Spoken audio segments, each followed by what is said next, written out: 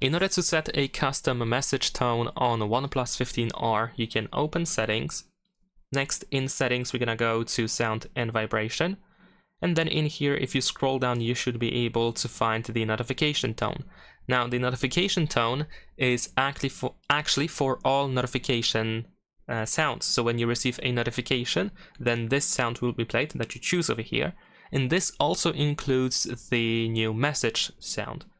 Now, if you want to set a custom sound, then you want to choose on this device, and then you should be able to find your custom sound over here on this list, assuming that you have that sound on the phone's storage. So you can select it in here.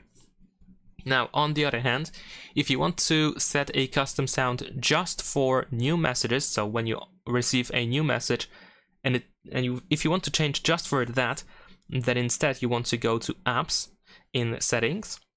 Then we're gonna go to App Management, and we need to find the Messages app. So let's go ahead and find it. There we go. And once you go to Messages, tap on Manage Notifications.